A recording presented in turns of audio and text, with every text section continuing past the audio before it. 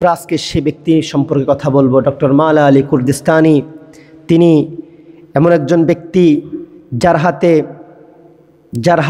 যার জবান দিয়ে কোরআনের আয়াত দিয়ে যদি কোনো বদিকে, কোনো বোবাকে, কোনো কানাকে, কোনো লুজাকে কোরআনের আয়াত পড়ে যদি ঝাড়ফুঁক করা হয়, আল্লাহর সাথে সাথে ওই ব্যক্তিকে সুস্থ করে দেন। সুবহানাল্লাহ।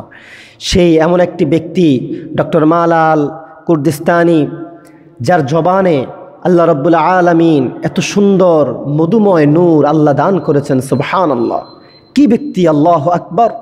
আমার মনে হচ্ছে আজকের বর্তমান বিশ্বে ওনার মতো এমন একজন ব্যক্তি, যিনি কোরআন দিয়ে মানুষদেরকে শেফা করতেছেন আল্লাহর রহমতের মাধ্যমে, আমার চোখে পড়ে নাই। কে জানি আপনারা দেখছেন কিনা।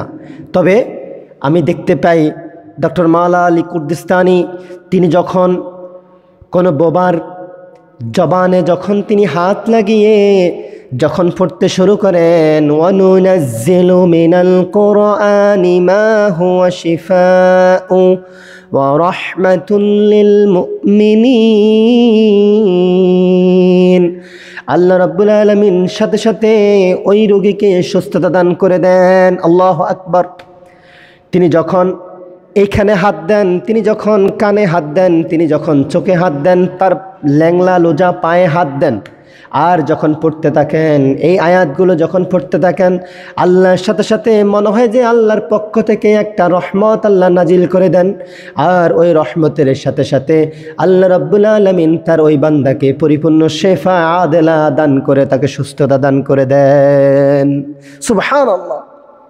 কি এমন একজন ব্যক্তি! আল্লাহু আকবার।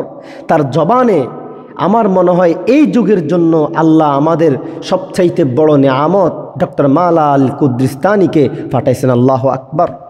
যাই হোক, আমরা এমন একজন ব্যক্তির জবানে যখন শুনি, তবে বেশিরভাগ শোনা যায় এই আয়াতটি, কারণ আল্লাহ বলছেন, ওয়ানুনাজ্জিলু মিনাল কুরআনি মা হুয়া শিফাউ ওয়া রাহমাতুল লিল মুমিনিন।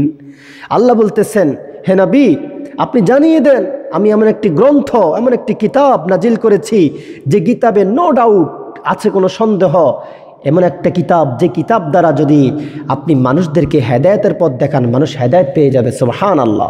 আপনি যদি এই কিতাব দিয়ে মানুষদেরকে ঝাড়ফুঁক করেন, মানুষকে সুস্থ করে দেব আমি আল্লাহ। সুবহানাল্লাহ। আপনি যদি এই কিতাব দিয়ে মানুষদেরকে, বোবাকে, ল্যাংলাকে, লুজাকেও যদি ঝাড়ফুঁক করেন, আমি আল্লাহ সুস্থতা দান করব। কারণ আমি আল্লাহ রাব্বুল আলামিন এই কোরআনের এই আয়াত দ্বারা আমি আল্লাহ প্রমাণ করে দিলাম, আমি আল্লাহ কোরআনের জন্য নাজিল করেছি মা হুয়া শিফাউ ওয়া রাহমাতুল লিল মুমিনিন। আমি আল্লাহ মুমিনদের জন্য এটাকে একটা শেফা, একটা ঔষধ হিসাবে আমি আল্লাহ কোরআনকে নাজিল করেছি। সুবহানাল্লাহ। এই জন্য কোরআনের শেফা, কোরআনের ঔষধ, কোরআনের আমাদেরকে রিসিভ করার দরকার আছে না নাই? এই জন্য কোরআনকে বেশি বেশি পড়বেন। যখনই আপনার মাথা ব্যথা করবে, আপনি কোরআন দিয়ে ঝাড়ফুঁক করবেন। পারেন কি না? কোরআন দিয়ে ঝাড়ফুঁক করবেন। আপনার যখন চোখ ব্যথা করবে, আপনি কোরআন দিয়ে ঝাড়ফুঁক করবেন।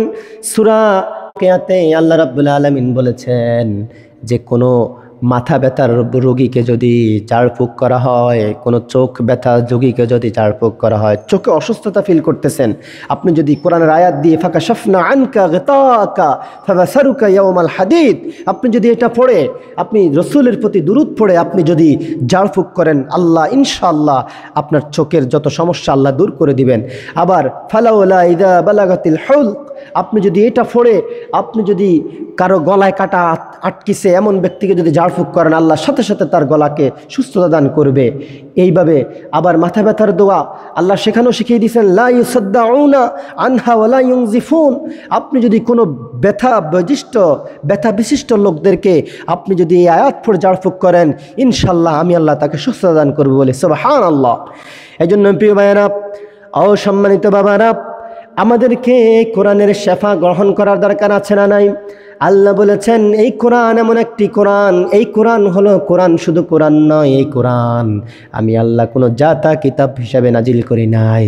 এই কোরআন হলো সকল রোগের সকল কিছুর উপরে এবং সকল কিছুর ঔষধ। সুবহানাল্লাহ। এই জন্য তো আল্লাহ বলছেন অনুনাজ্জিলু, আমি তো কোরআন নাজিল করেছি এই জন্য মা হুয়া শিফা, এই কোরআন থেকে যাতে তোমরা শেফা গ্রহণ করতে পারো। সুবহানাল্লাহ। এই জন্য আজকে দেখেন বিশ্বের মধ্যে তুমুল জনপ্রিয়তা অর্জন করে ফেলছেন ডক্টর মাওলা আলী কুর্দিস্তানি। তিনি কিভাবে মানুষদেরকে বোবা মানুষদেরকে, ল্যাংলা মানুষদেরকে, কানা মানুষদেরকে তিনি কিভাবে কোরআন আয়াত দিয়ে সুস্থ করে তুলতেছেন। আল্লাহু আকবার। এই জন্য আমাদেরকে ইমানকে এরকম মজবুত করতে হবে যে ইমানের কারণে আল্লাহ রাব্বুল আলামিন আমাদের জবানকে পবিত্র করে দিবেন বলে সুবহানাল্লাহ। এইভাবে আমাদেরকে চেষ্টা করতে হবে, ট্রাই টু এগেন, কোরআনকে বুঝে শুনে পড়ে কোরআনকে আমল করে নিজের জীবনে বাস্তবায়ন করার জন্য, এবং এই কোরআন দিয়ে আমরা যেন অন্যের সেবা করতে পারি। আল্লাহ পাক আমাদেরকে তৌফিক দান করুক বলি আমিন।